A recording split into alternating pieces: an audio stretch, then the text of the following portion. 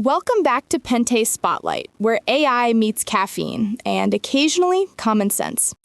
I'm Grace, your go-to for data privacy, compliance, and making sure your AI doesn't accidentally leak your baby photos to the internet.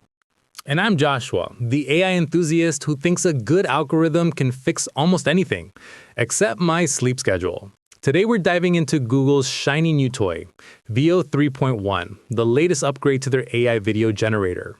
Oh yes, VEO 3.1, the model that can turn text into movie-level videos faster than you can say Hollywood who. Exactly. Google's saying this version has better realism, smoother motion, and get this, an understanding of cinematic storytelling.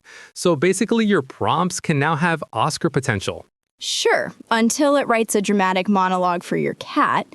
But let's be honest, this is a serious leap for content creators. You can go from an idea to a full cinematic clip without a camera, crew, or that one friend who keeps forgetting his lines. True. VEO 3.1 can even generate shots with lighting, camera angles, and emotions.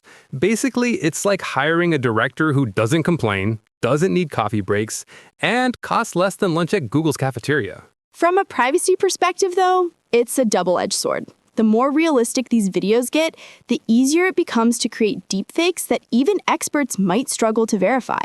I mean, what happens when VEO makes a you that you never approved? Grace, that's when I call you, preferably before the internet does. But you're right, this tech will need strong guardrails.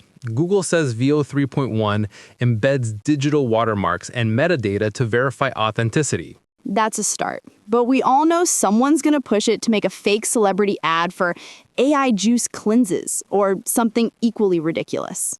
Oh, that'll happen by next Tuesday. But imagine the upside.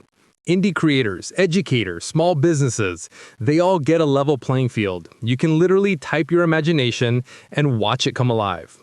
Provided your imagination doesn't break community guidelines. Fair point. But think about it.